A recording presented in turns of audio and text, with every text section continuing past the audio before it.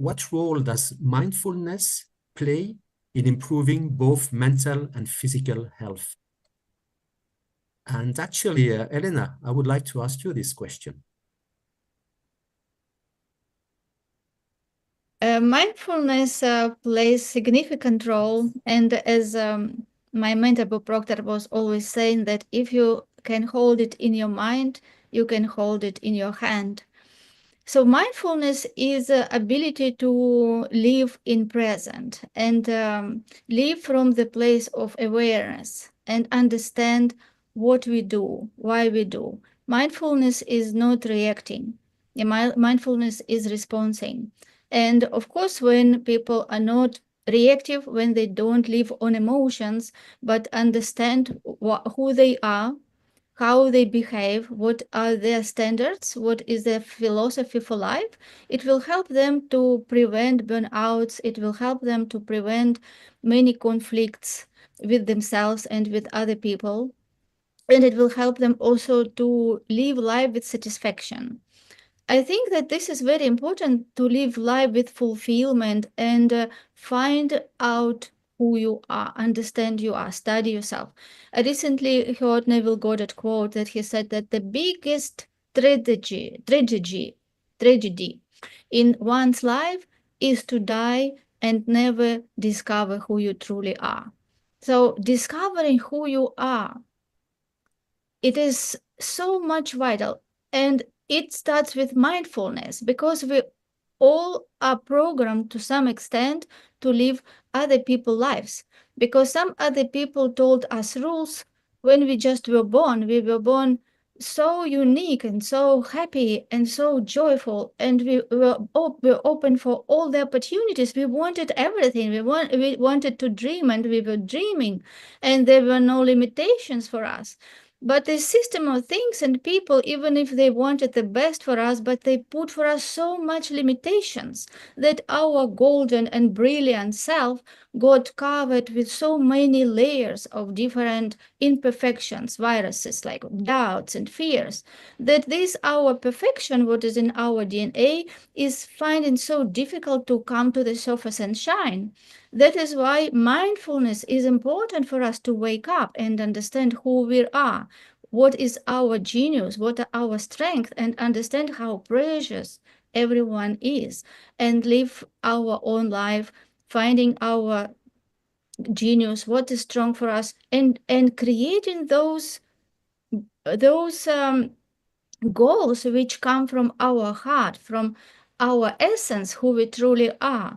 And then mindfulness helps us to live according who we are. So we don't accept anything that is not aligned with who we are, with the goals we have, and the mission also we found for us, why we live, and what makes our life really fulfilled. And this is when we identify this, we become mindful what we eat, how we value our body, because if we understand who we are, we will love ourselves. So when we love ourselves, this mindfulness comes, because we want to take care of ourselves so we can live healthy, wealthy, and long life to fulfill our mission. Wow. Thank you so much, Elena, for all these points. And Neisha, can I ask you the same question? What does mindfulness play in improving both mental and physical health? Absolutely. Thank you, Daniel. I think I'm going to tag along with Elena, because that was a fantastic overall description. If I was going to summarize for people that have not heard about mindfulness, or have heard about it and do not know exactly what it is, mindfulness is simply bringing our awareness from the world around us to the world within us. That's the simplest definition. What it does is basically reduce our reaction mode, because we are always connected to something. We are always attentive to the next task or the next event. the phones, the computers, etc. It allows us to separate ourselves from that in order to go within and, like Elena described, set the standard and the baseline based on our own personal belief system and not necessarily what we have been conditioned to believe. It is important that to understand also that because of this, mindfulness allows us to be centered and to determine what is it that we are going to be needing to make ourselves successful, and in that way have a positive impact in everyone that surrounds us as well. Well, thank you very much, Neisha, for outlining, for everybody who is listening as well, all what mindfulness is about. And thanks for that. And Fazin, I'm going to ask you as well this question. What role does mindfulness play in improving mental and physical health? Okay, so when I think about mindfulness, it brings me to two aspects. One is the outside world. Am I aware of my surrounding, my feelings, whatever that's happening on the outside? Am I paying attention to what is happening? And the second part is on the inside, my inner talks, my feelings, the things that is going on the inside. If I be able to just operate at a higher level, which is higher than even the mental level, then I can see those bottom ones. If I'm operating at the mental level, my mental level lead me to just automatic reactions, and I operate as a robot because I'm always on that automatic mode. So when I'm on the automatic mode, I'm not alive. What makes me alive? It is something that is above and beyond those programmings that I have. So it is like a light bulb that is on. So I give you an example. Sometimes I'm driving in a highway and I notice that people are driving and we all are going somewhere. And sometimes I feel like the time has passed. I've been driving.